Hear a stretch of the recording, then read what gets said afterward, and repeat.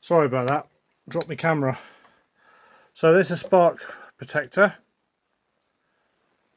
As you can see, it just needs to tighten it up, screw it into the right place. So we'll just quickly do that.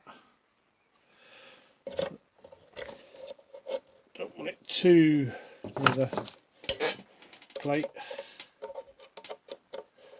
So just, it's got a lock-in washer on it, so just again hold that with the pliers at the back and I can do it up as tight as I need to.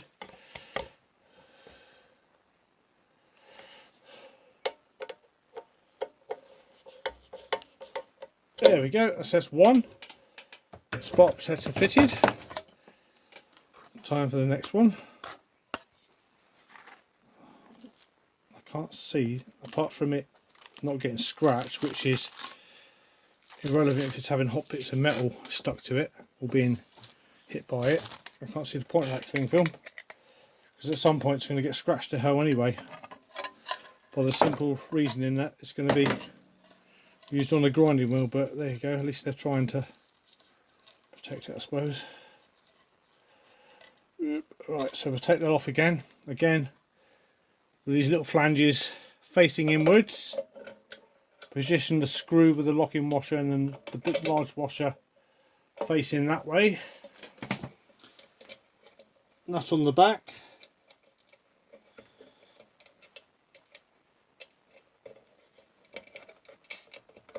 There we go.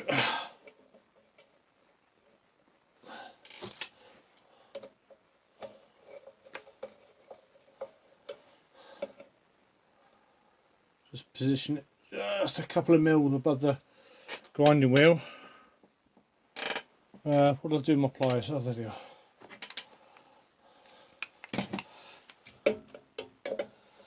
And just do that up. There we go. So that is done. So we got the two protectors. We got the guides there, the guide plates. So all we need to do now is plug it in and test the old bugger. So what I'm doing is just plugging it into a extension lead here. Make sure the cable is out of the way and we'll switch it on.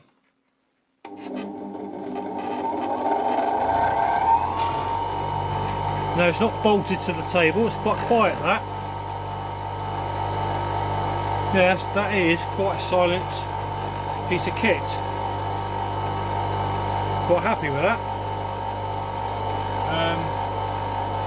No, you're not supposed to grind anything aluminium or soft metals on these type of things. Because what they do is they will heat up onto the grinding wheel and they've been known to shatter. So I'm just going to use an old punch here just to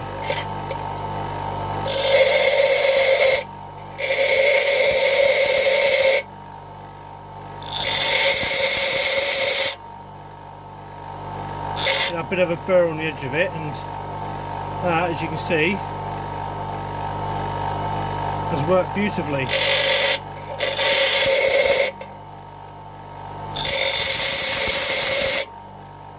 That, yep, I'm happy. It's done its job. Very quiet. Not a lot in the way of sparks. And that is what you call that. So there is what I call a bargain. So another supermarket special from Lidl's. I don't really want to bolt it to my bench because as soon as you do that, it's a permanent fixture and I don't have a lot of room on my bench anyway. So there you have it. Not much in the way of vibration. Initially when you first start it up, when it gets its revs up, it is a little bit of vibration. But no, I'm happy with that. Very pleased. So that's worth it. So hopefully I'll be able to do a few jobs on that. Adjustable spark protectors. And again, these plates, like I said, they will adjust in or out, slightly up and down. No, that's good. So what we'll do now is go on to this very basic, cheap, just over £11 I believe it was, soldering iron. Now I don't need to switch it on because you know what a soldering iron does. Now it's quite a basic one. Obviously when you're using a soldering iron you need to keep the tip clean. Comes with a sponge. All that requires is a little bit of water, and you see it swelling up, not a lot, and on off switch. Now this is from 1 to 5 times by 100, and this is in centigrade, so from 100 centigrade to 500. I usually keep it on the 4 mark. It comes with some flux, like a medium grade soldering, sorry not flux, soldering wire there called. Okay, cool. It also comes with a broad tip for the soldering iron, and it comes with a heavier grade of solder. If you can read that, that's the heavier grade, and this is the smaller one. So from quite fine electrical soldering, it comes in these handy reels as well, so you can just pop this little cover on and just pull it out as you need it. There you go. The tip itself, it's got this little guard here, this little sheath I call it. I always keep the end of my soldering iron tinned to protect it, stops it from burning, and if you leave it unprotected with solder, what I find is it after a while the solder won't take, and it will just keep on just flowing off. It won't actually stick to the end of your soldering iron. You can see that. I know this little bit's a bit dirty. That's just me. I tend to, when I do electrical jobs, I use shrink wrap, electrical memories doing well tonight, can't remember what you call it. It's heat shrink, that's what you call it. And I just use a soldering iron just to run across the shrink wrap. Again, Parkside assorted shrink wrap tubing, comes in all various grades, not very expensive at all. I think that was about £5. I tend to use a lot of that as well. Got some crimps here which I need some more of. So again, this is all cheap stuff. You don't need top grade stuff from a bloody top brand electrical outlet or screw fix or anything like that. I've had this for quite a few months now. I've done some quite intricate soldering jobs and it does me fine. You can get digital ones with like a solder vacuum unit on it as well. At the moment I'm using just a basic manual one. I might upgrade, but this at the moment is doing me just fine. That's probably the part number on it. And like I said, this was about £11 and it was a real bargain, and it's becoming valuable. So that's that. So this is, like I said, just a short video. As a lot of you will know, it's in England it's just coming up to the end of the lockdown period. Today is the end of March 2021, so I'm looking forward to getting some more projects on the go. So all these Parkside tools come with very good, very comprehensive instructions on what each part is and what it does. And also on the back there's a QR tag where you can always just ring them up, email them. You can always buy spare parts for these. Quite readily be available. I believe it's a German company, German engineer at its best. I say I would buy a lot of this stuff from Lidl's, Parkside stuff, and I swear by it. So there you go. So if you're thinking of entering my hobby of die-cast restorations, and basically I like to recycle things and fix things, these little cheap tools are handy to have. I do apologise, this is a bit chaotic. I just haven't got around to tidying up. I've just been a bit busy these days. So my son's got one of those Asimo Asimov, whatever you call it, robots, and he broke one of the cubes. Unfortunately, it's unrepairable, so I've got to try and some of the LEDs and the sensors gone on it. The CPU is knackered, so I've got to try and find a replacement for that. But yeah, I tend to do most jobs in my workshop if I can. So buying cheap tools, cheap affordable tools.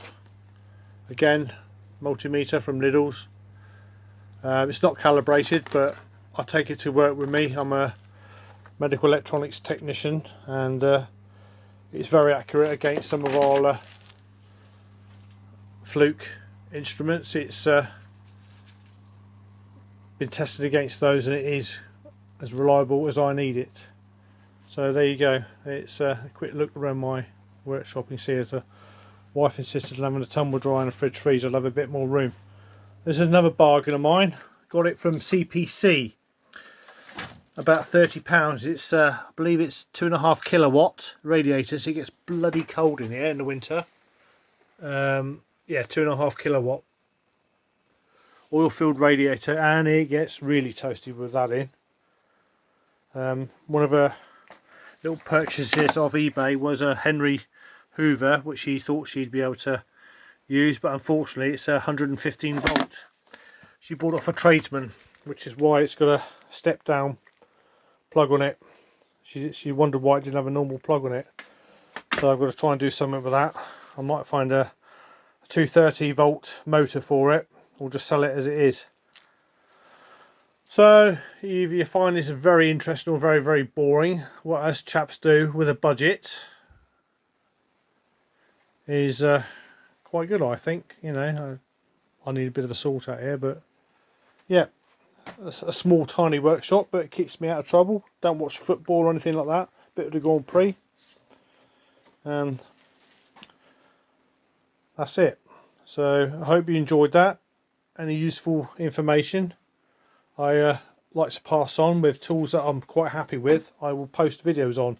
If you have any questions about any of these items, as far as I know, Lidl's do stock them regularly. They have these specials where they sell these tools, usually on a Thursday or a Sunday, and you can buy them from many Lidl supermarkets, as far as I know.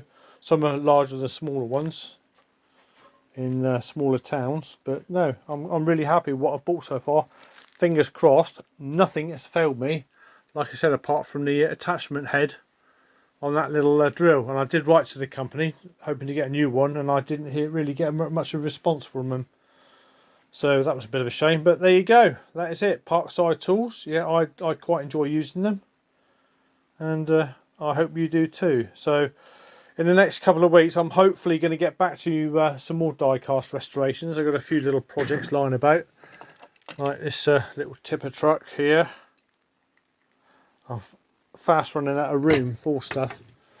Got this little Ford. What is it? It's a Matchbox. It's a Ford GT. Someone wants me to do something with that. So yeah, who knows? I haven't decided. Got plenty to do here. So enjoy your bank holiday, and hopefully I'll catch you again soon. Bye bye.